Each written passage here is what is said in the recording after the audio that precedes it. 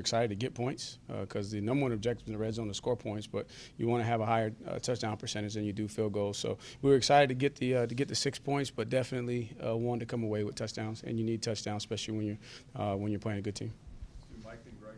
Yeah, Coach, the first 3 turnovers, your defense stopped them from scoring anything off that. How big was that to kind of keep you? Man, that's huge, and that's guys playing a little bit of compensation right there.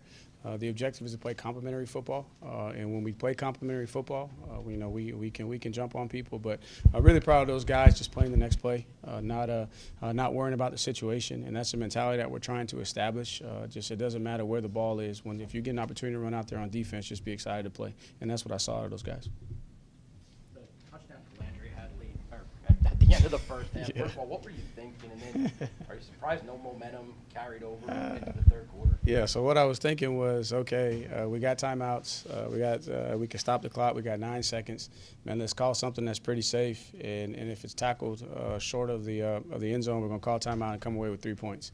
And so, man, glad that he made a play. But the first thing when he came off, I said, hey, bud, you got to understand the situation. Like, you got to be absolutely right in that situation, which he was. Because if not, if we're running around in that situation, we could run the clock out and come away with no points. So, excited to see him make a play. But, again, it's another opportunity for us to teach. And, the least important thing in a game is the score at halftime, right? So we had, it didn't matter if we were up or we were down. We got to come out and play, the best second half that we possibly could. And tonight we didn't do that. And I haven't done a good job the last 2 weeks of having these guys ready to go coming out of half in the third quarter. So I got to do a better job. I got to coach better. I got to have them better prepared to win the second half of the middle eight. I thought they did a good job recapturing momentum with the first half of the middle eight, but we did not come out, had turnovers, and then we weren't able to establish anything offensively. But we got it to the fourth quarter, 1 possession game. That's where we want to be, and we just couldn't. We couldn't regenerate what we did last week, and we'll go back and we'll evaluate the film and figure out how we got to coach better and to better have these guys prepared. I was going to ask you about. I know you stressed the middle eight, and do you have any idea what could be bogging you guys down offensively in the third quarter? Yeah, each game is going to be different, and we structure our practices to really hone in on the middle eight with the way that we structure practice. So we'll evaluate that, and the biggest thing is understanding that every play matters, right? It doesn't matter if it's the first play of the game, the last play of the game, or a play with 8 minutes left in the third quarter. Every play is a huge play, and I think we're growing in that area. Tonight we didn't put it all together, but man, I'm proud of that football team. Right, man, those guys continue to prepare well each week, excited to play. We just got to clean up a few things, which I know these guys will take it to heart. They're a proud bunch in there. They'll own the mistakes. We got to tip our hats to Maryland. They made the plays. It's a good football team, but there's a lot of things that we control, and we got to go back to working on fixing the controllables. Looked like he was ill in the game. Yep. What's the status of him? Yeah, I'll have to wait on that. I haven't been given an update yet in terms of that. I know there's been some bugs going around. We had a couple guys that were down this week. Some other guys that are scout team guys went down during the week. So we got to do a great job of making sure we combat that. But I'll have an update next time we meet. Andrew, I know he had a few turnovers today. What type of message do you have for him or your evaluation of him, just because he's a young quarterback, just enough to kind of keep this in his mind? Yeah, man, just keep swinging. It's like a great shooter, man. They got to keep shooting. Like a baseball player goes in a slump, he's got to keep swinging, right? So we're not going to panic and have a knee-jerk reaction here. We're going to coach, because there are some good things he did too. He made a lot of plays for us as well, and so each one we'll dissect individually and try to coach him, from a fundamental standpoint, from a situation standpoint. But he's a competitor, and there's nobody in that locker room that's probably hurting more than him. Man, he wants to go out and do everything that he can to help the guys, and he's shown progress, right? And we're going to be confident that he's going to continue to progress. And man, it's a long season, right? There's going to be learning opportunities for everybody, but he's a competitor, and the message is, man, just keep competing, and then remain locked in on correcting those mistakes. And even on the sideline with his demeanor in the conversation, he was receptive to the corrections. He wants to be successful, man. He wants to lead his football team, and there's going to be some nights where you got to learn some tough lessons, and I'm sure he will.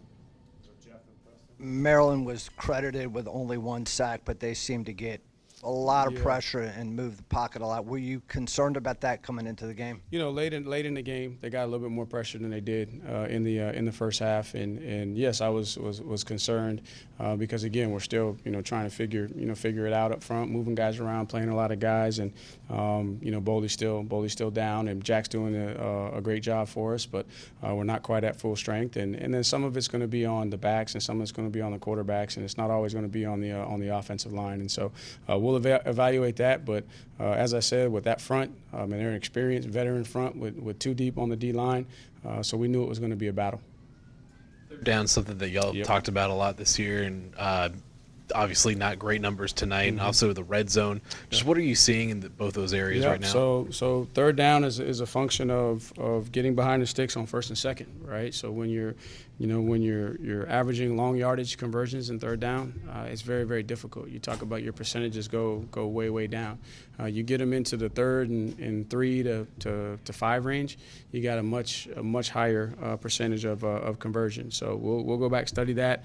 I got to do a better job, but I think what will help us is if we can stay more efficient on first and second down, both in the pass game and the run game, and then in the red zone, man, everything speeds up. Right, everything speeds up because it's a shorter field distance. Everything happens a lot faster. You just gotta make sure that you don't beat yourself, and then you got to go execute at a high level. And so we'll be evaluating that as well.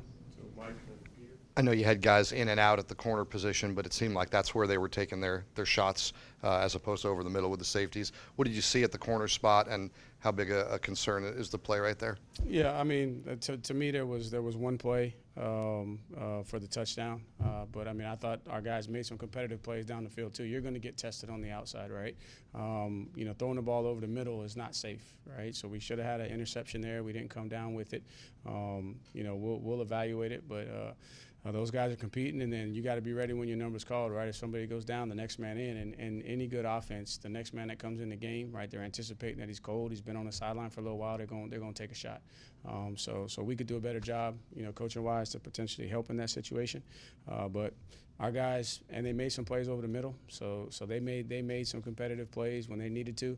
But I thought we made a couple competitive plays too. I think we had more pass breakups, in the game than they did.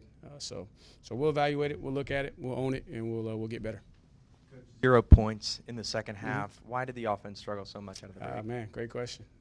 I'll know better after I watch the film and see all of the in fine detail when I can study it. But it's just like we couldn't establish a rhythm. We missed a couple throws.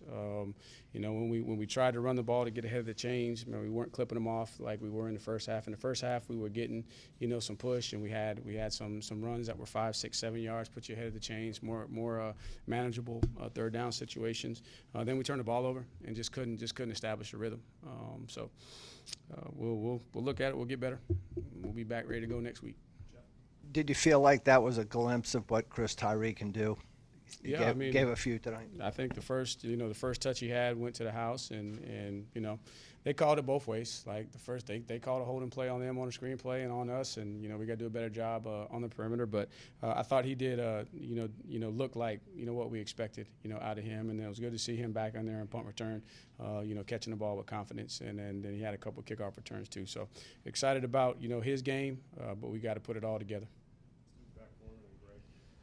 While the offense was struggling majorly in the second half and the third quarter, defense seemed to make a lot of third down stops, Defense was rolling. What do you have to say about the defense? Oh, man, just proud of the effort they played with, and, man, the toughness that they showed. And that's a good football team there that's got some experience across the board. And I thought they responded well. But, again, if you're not playing complimentary football, man, we put them on the field too much, put them in some compromising situations. But I thought they responded the right way. And, late in the game, man, those additional snaps from the other side of the ball maybe not being as efficient, and then they catch up with you. Malachi got called for the holding on that Yeah. Tyree play, and then he had the fumble late. Yeah. Was it the fumble just him trying to make a play? And do you say anything to him? He's been really good the first few weeks. Yeah, I'm not saying a whole lot to him. I mean, he's over there battling, and it's a judgment call by the referee. I mean, that's an effort penalty, so I'm not going to get on nobody for an effort penalty. And I was standing right there, and if he would have let go once Tyree got by him, but he tries to finish the play, that's an easy call for the ref. And the fumble play is man, it's the guys that you don't see, and we're just going to go back to work. And but man, Malachi has been giving us everything that he has week in and week out. So we'll address it, we'll talk about it, but not going to make a big deal about it. All right, appreciate it. Thank you.